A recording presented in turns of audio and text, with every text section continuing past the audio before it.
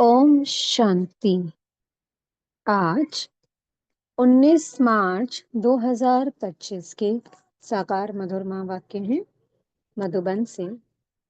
आज मीठे बाप दादाजी ने कहा, मीठे बच्चे, तुम्हें इस पुरानी दुनिया, पुराने शरीर से जीते जी मरकर घर जाना है। इसलिए देह अभिमान छोड़ देही अभिमानी बनो। अब वो समय आ चुका है कि अब हमें घर वापसी करनी है। पराए राज्य में रहते रहते बहुत समय हो चुका है और अब सबको घर जाना है, क्योंकि बाप आ गए हैं लेने के लिए। इसलिए बाबा कहते हैं, इस पुरानी देह को, इस पुरानी दुनिया को भूल जाओ और बस मुझे को याद करो। याद से जो विकर्मों की, विकारों की खाद पड़ी है वो भस्म हो जाएगी और आप सब फिर से अपने सत्य स्वरूप, अपने सतो प्रधान स्वरूप में लौट आएंगे और पवित्र बन घर चलेंगे। तो चलना है ना सबको बाबा के संग, या पीछे पीछे जाना है? संग संग चलना है ना। तो इसलिए इस पुरानी दुनिया को भूल आत्म अभिमानी बनना है। प्रश्न है, अच्छे अच्छे पुरुषार्थी बच्चों की निशानी क्या होगी? उत्तर है, जो अच्छे पुरुषार्थी हैं वो सवेरे सवेरे उठकर देही अभिमानी रहने की प्रैक्टिस करेंगे। वो एक बाप को याद करने का पुरुषार्थ करेंगे। उन्हें लक्ष्य रहता कि और कोई देहधारी याद ना आए। निरंतर बाप और 84 के चक्र की याद रहे। ये भी अहो सौभाग्य कहेंगे जिनको ये याद रहता है कि मुझ आत्मा ने 84 जन्म लिए हैं, मैं स्वदर्शन चक्रधारी हूँ। और उस एक बाप की याद रहती है, वो आत्माएं बड़ी सौभाग्यशाली हैं। और जिनको याद नहीं रहता वो नापास हो जाती हैं, इतना ऊंचा पद नहीं मिल पाता। तो सौभाग्य किसमें है? ऊंचे पद की प्राप्ति में। बाबा कहते हैं, सुदर्शन चक्र धारी बनने से आप चक्रवर्ती राजा रानी बनेंगे। तो संगम युग पर बनना है हमें सुदर्शन चक्रधारी। जो इस समय बनेगा वो उस ऊंचे सौभाग्य को, उस ऊंचे पद को, विश्व महाराजा महारानी पद को प्राप्त करेगा। तो इसलिए ये सबकी अपनी अपनी यात्रा है, कौन कितना बाबा की याद में रहता है और सुदर्शन चक्र कितना फिराता है। जो जितना करेगा उतना ऊंचा सौभाग्य उससे मिलेगा। ओम शांति। अभी तुम बच्चे जीते जी मरे हुए हो। कैसे मरे हो? देह के अभिमान को छोड़ दिया तो बाकी रही आत्मा। शरीर तो खत्म हो जाता है, आत्मा नहीं मरती। बाप कहते हैं, जीते जी अपने को आत्मा समझो और परम पिता परमात्मा के साथ योग लगाने से आत्मा पवित्र हो जाएगी। पूरे ज्ञान का सार है इस लाइन में, अपने को आत्मा समझना और आत्मा समझ उस परमात्मा को याद करना। इसी एक याद से, यही है यथार्थ रीति याद करने की। और इससे बहुत जल्द, बहुत कम समय में विकर्म दग्ध होते हैं, आत्मा पवित्र बनती है और जो भी खाद है वो भस्म हो जाती है और आत्मा सतो प्रधान बन जाती है। जब तक आत्मा बिल्कुल पवित्र नहीं बनी है तब तक पवित्र शरीर मिल ना सके। आत्मा पवित्र बन गई तो फिर ये पुराना शरीर आपे ही छूट जाएगा। जैसे सर्प की खल ऑटोमेटिकली छूट जाती है, उनसे ममत्व मिट जाता है। वह जानता है हमको नई खल मिलती है और पुरानी उतर जाएगी। हर एक को अपनी अपनी बुद्धि तो होती है ना। अभी तुम बच्चे समझते हो। हम जीते जी इस पुरानी दुनिया से, पुराने शरीर से मर चुके हैं। फिर तुम आत्माएं भी शरीर छोड़ कहाँ जाएंगी? अपने घर।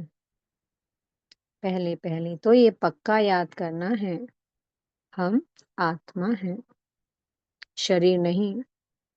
आत्मा कहती है बाबा, हम आपके हो चुके, जीते जी मर चुके हैं। अब आत्मा को फरमान मिला हुआ है कि मुझ बाप को याद करो तो तुम तमो प्रधान से सतो प्रधान बन जाएंगे। ये याद का अभ्यास पक्का चाहिए। आत्मा कहती है बाबा, आप आए हैं तो हम आपके ही बनेंगे। आत्मा मेल है, ना कि फीमेल। हमेशा कहते हैं हम भाई भाई हैं। ऐसे थोड़े ही कहते हैं कि हम सब सिस्टर्स हैं, सब बच्चे हैं। सब बच्चों को वर्षा मिलना है। अगर अपने को बच्ची कहेंगे तो वर्षा कैसे मिलेगा? आत्माएं सब भाई भाई हैं। बाप सबको कहते हैं, रूहानी बच्चों, मुझे याद करो। आत्मा कितनी छोटी है, ये है बहुत महीन समझने की बातें। तो कहा जाता है कि आत्मा का रूप कैसा है? जैसे रेत का एक कण, उस कण का भी जो चौथाई हिस्सा है वो आत्मा का रूप है। अब आप सोचिए कि क्या हम इतने छोटे स्वरूप को देख सकते हैं? कभी तो आत्मा को कभी देखा नहीं जाता। सिर्फ बाबा ही दिव्य दृष्टि के द्वारा आत्मा का साक्षात्कार कराते हैं। ये है बहुत महीन समझने की बातें, बच्चों को याद ठहरती नहीं है। सन्यासी लोग दृष्टांत देते हैं, मैं भैंस हूँ, भैंस हूँ। ऐसे कहने से फिर भैंस बन जाते हैं। अब वास्तव में भैंस बनते थोड़े हैं।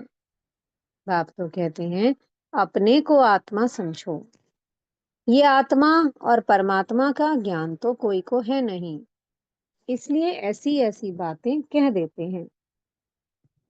अब तुमको देही अभिमानी बनना है। हम आत्मा हैं। ये पुराना शरीर छोड़ हमको जाए नया लेना है। मनुष्य मुख से कहते भी हैं कि आत्मा स्टार है, भ्रुकुटी के बीच में रहती है। फिर कह देते अंगूठे मिसल है। अब सितारा कहाँ, अंगुष्ठा कहाँ? और फिर मिट्टी के सालीग्राम बैट बनाते हैं। इतनी बड़ी आत्मा तो हो नहीं सकती। मनुष्य देह अभिमानी है ना, तो बनाते भी मोटे रूप में हैं। ये तो बड़ी सूक्ष्म महीनता की बातें हैं। भक्ति भी मनुष्य एकांत में कोठी में बैठ करते हैं। तुमको तो गृहस्थ व्यवहार में, धंधे आदि में रहते हुए बुद्धि में ये पक्का करना है, हम आत्मा हैं। बाप कहते हैं मैं तुम्हारा बाप भी इतनी छोटी बिंदु हूँ। ऐसे नहीं कि मैं बड़ा हूँ। तो बाबा भी एक आत्मा है, परम आत्मा है। आत्मा का वही साइज है जो हमारी आत्मा का है, कोई फर्क नहीं है। लेकिन महिमा, महिमा अपरम अपार है मेरे बाबा की। वो सागर है और हम उनकी संतान हैं। फिर संगम युग पर बाबा कहते हैं अब आप बच्चे क्या बनते हो? मास्टर सागर, मेरे समान बनते हो। तो कैसे बनेंगे हम? याद से बनेंगे।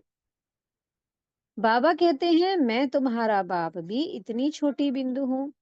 ऐसे नहीं कि मैं बड़ा हूँ, मेरे में सारा ज्ञान है। आत्मा और परमात्मा दोनों एक जैसे ही हैं, सिर्फ उनको सुप्रीम कहा जाता है। ये ड्रामा में नोंद है। बाप कहते हैं मैं तो अमर हूँ। मैं अमर ना होता तो तुमको पावन कैसे बनाऊं? तुमको स्वीट चिल्ड्रन कैसे कहूं? आत्मा ही सब कुछ करती है। बाप आकर देही अभिमानी बनाते हैं। इसमें ही मेहनत है। बाप कहते हैं मुझे याद करो और कोई को याद ना करो। योगी तो दुनिया में बहुत हैं। कन्या की सगाई होती है तो फिर पति के साथ योग लग जाता है ना। पहले थोड़े ही था। पति को देखा फिर उनकी याद में रहती है। अब बाप कहते हैं माँ में कम याद करो। बाबा ने कहा सिर्फ एक मुझको याद करो। ये बहुत अच्छी प्रैक्टिस चाहिए। जो अच्छे अच्छे पुरुषार्थी बच्चे हैं वो सवेरे सवेरे उठकर देही अभिमानी रहने की प्रैक्टिस करेंगे। भक्ति भी सवेरे करते हैं ना। अपने अपने इष्ट देव को याद करते हैं। हनुमान की भी कितनी पूजा करते हैं लेकिन जानते कुछ भी नहीं। बाप आकर समझाते हैं तुम्हारी बुद्धि बंदर मिसल हो गई है। अब फिर तुम देवता बनते हो। अब ये है पतित तमो प्रधान दुनिया। अभी तुम आए हो बेहद के बाप के पास। मैं तो पुनर्जन्म रहित हूँ। ये शरीर इस दादा का है। मेरा कोई शरीर का नाम नहीं है। मेरा नाम ही है कल्याणकारी शिव। तुम बच्चे जानते हो शिव बाबा कल्याणकारी आकर नर्क को स्वर्ग बनाते हैं। कितना कल्याण करते हैं। नर्क का एकदम विनाश करा देते हैं। प्रजापिता ब्रह्मा द्वारा अभी स्थापना हो रही है। ये है प्रजापिता ब्रह्मा मुख वंशावली। चलते फिरते एक दो को सावधान करना है। मन मना भव। बाप कहते हैं मुझे याद करो तो विकर्म विनाश होंगे। पतित पावन तो बाप है ना। उन्होंने भूल से भगवानुवाच के बदले श्री कृष्ण भगवानुवाच लिख दिया है। भगवान तो निराकार है। उनको परमपिता परमात्मा कहा जाता है। उनका नाम है शिव। शिव की पूजा भी बहुत होती है। शिव काशी कहते रहते हैं। भक्ति मार्ग में अनेक प्रकार के नाम रख दिए हैं। कमाई के लिए अनेक मंदिर बनाए हैं। असली नाम है शिव। फिर सोमनाथ रखा है। सोमनाथ सोमरस पिलाते हैं। तो वो सोमनाथ हमारे शिव बाबा वो अमृत पिलाते हैं। ज्ञान अमृत पिलाते हैं इस संगम युग पर। ज्ञान धन देते हैं। फिर जब पुजारी बनते हैं तो कितना खर्चा करते हैं उनके मंदिर बनाने पर। क्योंकि सोमरस दिया है ना।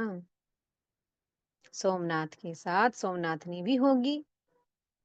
यथा राजा रानी तथा प्रजा सब सोमनाथ सोमनाथनी है। तुम सोनी दुनिया में जाते हो। तुम सोनी दुनिया में जाते हो। वहां सोने की ईंटें होती हैं। नहीं तो दीवारें आदि कैसे बने। बहुत सोना होता है। इसलिए उसको सोने की दुनिया कहा जाता है। ये है लोहे पत्थरों की दुनिया। स्वर्ग का नाम सुनकर ही मुख पानी हो जाता है। विष्णु के दो रूप लक्ष्मी नारायण अलग अलग बनेंगे ना। तुम विष्णुपुरी के मालिक बनते हो। अभी तुम हो रावणपुरी में। तो अब बाप कहते हैं सिर्फ अपने को आत्मा समझ मुझ बाप को याद करो। बाप भी परमधाम में रहते हैं। तुम आत्माएं भी परमधाम में रहती हो। बाप कहते हैं तुमको कोई तकलीफ नहीं देता हूं। बहुत सहज है। बाकी ये रावण दुश्मन तुम्हारे सामने खड़ा है। ये विघ्न डालते हैं। ज्ञान में विघ्न नहीं पड़ते। विघ्न पड़ते हैं याद में। घड़ी घड़ी माया याद भुला देती है, देह अभिमान में ले आती है, बाप को याद करने नहीं देती। ये युद्ध चलती है। बाप कहते हैं तुम कर्मयोगी तो हो ही। अच्छा, दिन में याद नहीं कर सकते हो तो रात को याद करो। रात का अभ्यास दिन में काम आएगा। निरंतर स्मृति रहे। जो बाप हमको विश्व का मालिक बनाते हैं, हम उसे याद करते हैं। बाप की याद और 84 जन्मों के चक्र की याद रहे तो अहो सौभाग्य। औरों को भी सुनाना है। बहनों और भाइयों, अब कलयुग पूरा हो, सतयुग आता है। बाप आए हैं सतयुग के लिए, राजयोग सिखला रहे हैं। कलयुग के बाद सतयुग आना है। एक बाप के सिवाय और कोई को याद नहीं करना है। वानप्रस्थी जो होते हैं वो सन्यासियों का जाए संग करते हैं। वानप्रस्थ वहां वाणी का काम नहीं है, आत्मा शांत रहती है। लीन तो हो नहीं सकती। ड्रामा से कोई भी एक्टर निकल नहीं सकता है।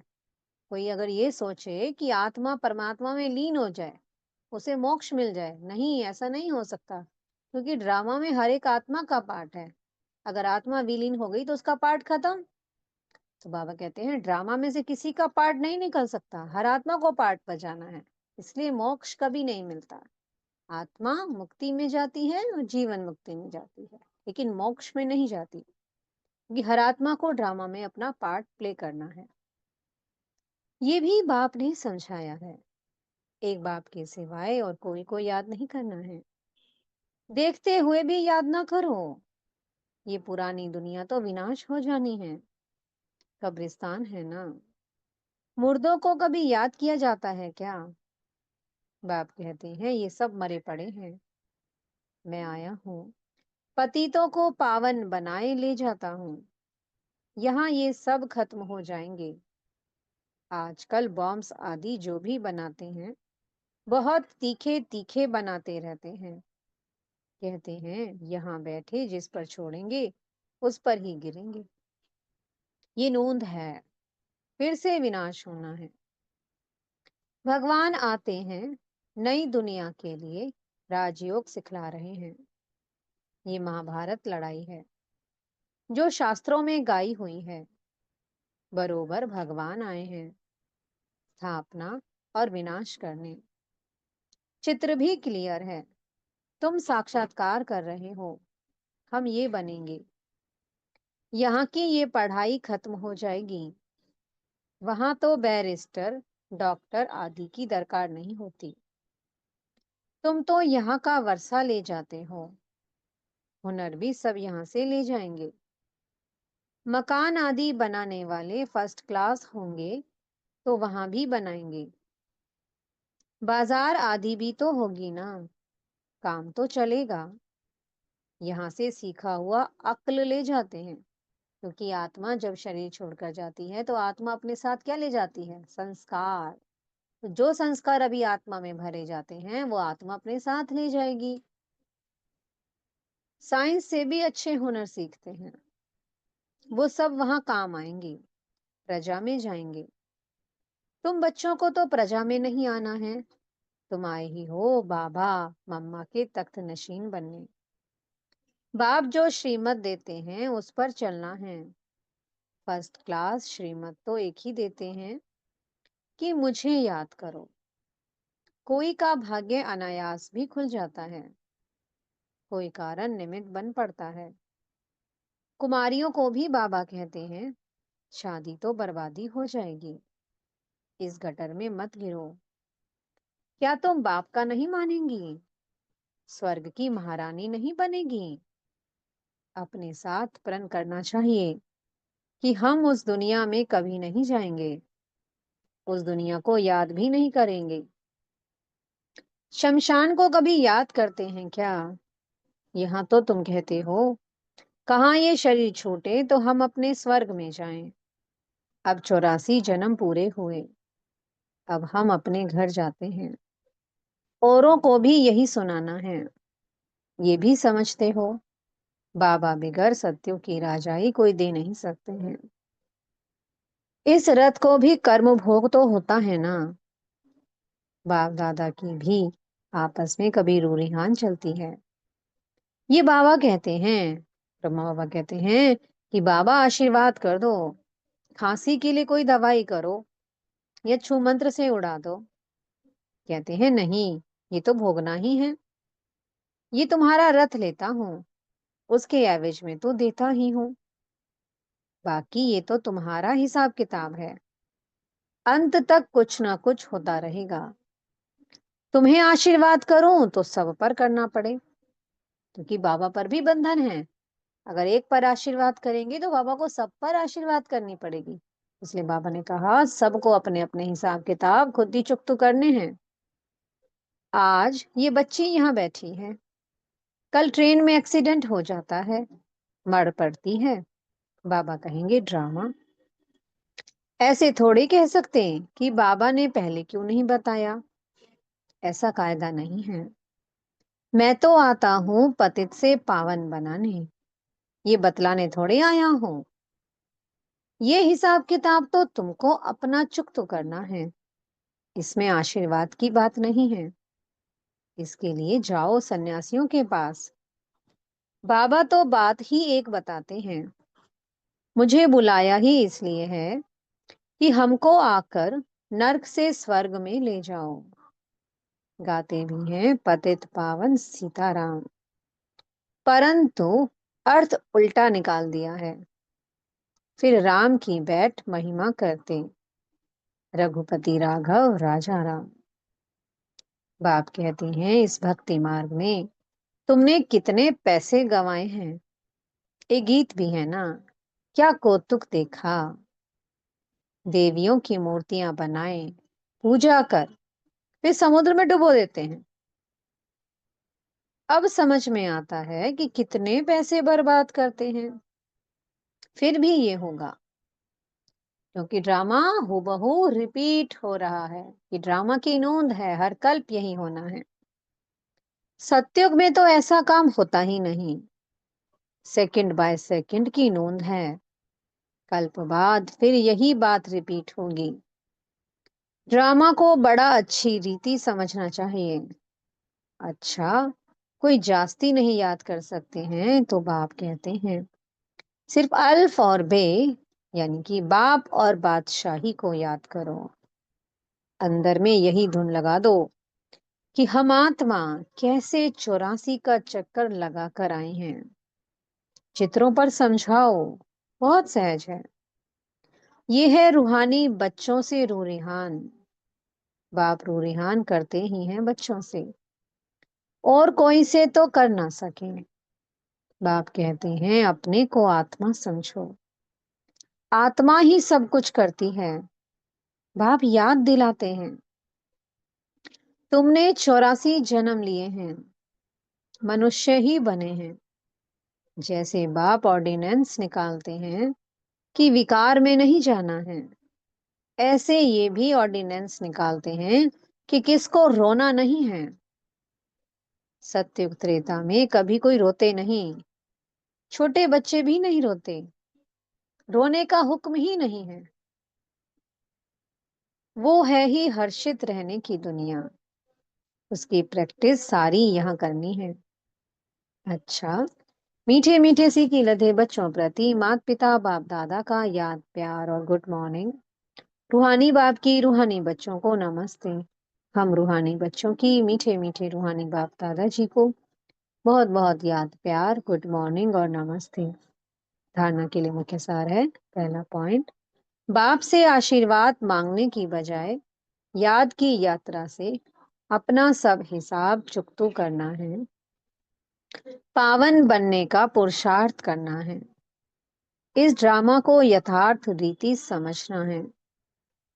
दूसरा पॉइंट है, इस पुरानी दुनिया को देखते हुए भी याद नहीं करना है, कर्म योगी बनना है, सदा हर्षित रहने का अभ्यास करना है, कभी भी रोना नहीं है, मीठे सद्गुरु जी वरदान दे रहे हैं। प्रवृत्ति में रहते मेरे पन का त्याग करने वाले सच्चे ट्रस्टी माया जीत भव। जैसे गंदगी में कीड़े पैदा होते हैं, वैसे ही जब मेरापन आता है तो माया का जन्म होता है। माया जीत बनने का सहज तरीका है कि स्वयं को सदा ट्रस्टी समझो।